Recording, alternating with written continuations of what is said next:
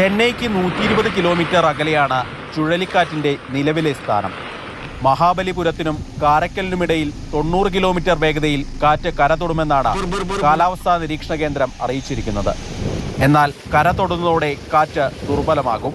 ആശങ്കപ്പെടേണ്ട സാഹചര്യമില്ല എന്നും കാലാവസ്ഥാ നിരീക്ഷണ കേന്ദ്രം അറിയിക്കുന്നു. ഇന്നലെ രാത്രി മുതൽ തുടങ്ങിയ കനത്ത മഴയിൽ ചെന്നൈ നഗരത്തിൻ്റെ വിവിധ ഭാഗങ്ങളിൽ വെള്ളക്കെട്ട് രൂപപ്പെട്ടിട്ടുണ്ട്. 7 സബ്വേകൾ അടച്ചു.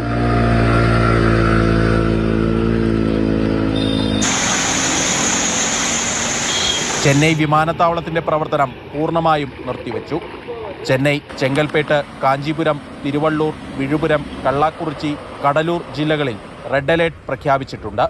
ഇന്നലെ മുതൽ കടലൂർ മുതൽ ചെന്നൈ വരെയുള്ള തമിഴ്നാടൻ തീരങ്ങളിലും തെക്കൻ ആന്ധ്രയിലും കടൽ പ്രക്ഷുബ്ധമാണ്. കനത്ത കാറ്റിൽ പലയിടത്തും വൈദ്യുതി ബന്ധം തകരാറായിട്ടുണ്ട്. അത്യാവശ്യം കാര്യങ്ങൾക്കല്ലാതെ ജനങ്ങൾ പുറത്തിറങ്ങരുതെന്ന് സർക്കാർ അറിയിച്ചിട്ടുണ്ട്. ദേശീയ ദുരന്ത നിവാരണ സേനയുടെ 11 ടീമുകൾ തമിഴ്നാട്ടിലും പുതുച്ചേരിയിലുമായി എത്തി. സംസ്ഥാന ദുരന്ത നിവാരണ സേനയെ കൂടാതെയാണിത്. ആവശ്യം വന്നാൽ ക്യാമ്പുകൾ തുറക്കുന്നതിനുള്ള സംവിധാനങ്ങളും ഒരുക്കി കഴിഞ്ഞിട്ടുണ്ട്. നിലവിൽ സ്ഥിതിഗതികൾ നിയന്ത്രണ വിധേയമാണെന്നാണ് തമിഴ്നാട് സർക്കാർ വൃത്തങ്ങൾ അറിയിക്കുന്നത്.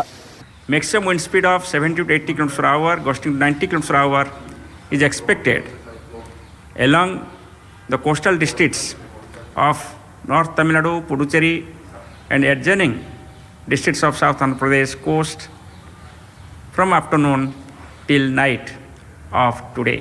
മാതൃഭൂമി ന്യൂസ്, ചെന്നൈ.